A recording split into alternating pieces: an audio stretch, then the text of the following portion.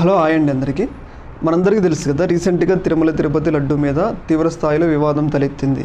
ఆ వివాదం ఎలా మొదలైందో మనందరికీ తెలుసు.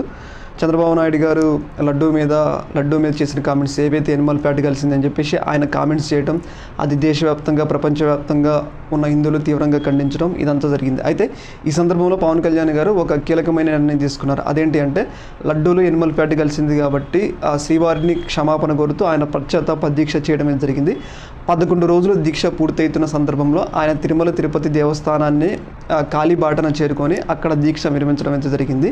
అయితే ఈ సందర్భంగా ఒక రకంగా ఆయన ఒక సర్ప్రైజ్ ఇచ్చారు. ఆ సర్ప్రైజ్ ఏంటి అంటే, మనందరికీ తెలుసు, రీసెంట్గా పవన్ కళ్యాణ్ గారి మీద తీవ్రమైన విమర్శలు వస్తున్నాయి. ఏంటి అంటే, పవన్ కళ్యాణ్ గారు భార్య క్రిస్టియన్, పవన్ కళ్యాణ్ గారు కూతురు క్రిస్టియన్. ఆయన ఒక్కొక్క సమయంలో ఒక్కొక్క రకంగా మాట్లాడుతారు. ఇలాంటి వ్యక్తికి సనాతన ధర్మం మీద మాట్లాడే హక్కు ఉందా? రాజకీయాల కోసం పవన్ కళ్యాణ్ గారు సనాతన ధర్మాన్ని యూజ్ చేసుకుంటుండో అని చెప్పేసి ఆయన మీద తీవ్రమైన విమర్శలు అయితే వస్తున్నాయి. అయితే ఈ సందర్భంగా ఈ విమర్శలకు అందరికీ, అంటే ఆయన మీద అయితే విమర్శలు వస్తున్నాయో వాటన్నిటికీ పవన్ కళ్యాణ్ గారు ఒక కౌంటర్ ఇచ్చారు. ఆ కౌంటర్ ఏంటంటే, పవన్ కళ్యాణ్ గారి కుమార్తె ఎవరైతే చిన్న కూతురు, పవన్ కళ్యాణ్ గారి చిన్న కూతురు, ఆమె ఇప్పటి వరకు క్రిస్టియన్గా ఉంటూ వస్తున్నారు. ఎందుకంటే ఆమె తల్లి క్రిస్టియన్ కాబట్టి ఆమె కూడా క్రిస్టియన్గా ఉంటూ వస్తున్నారు. ఆయనే స్వయంగా చెప్పారు, నా కూతురిని బాప్టైజ్ చేయించా అని చెప్పేసి ఆయన స్వయంగా చెప్పారు.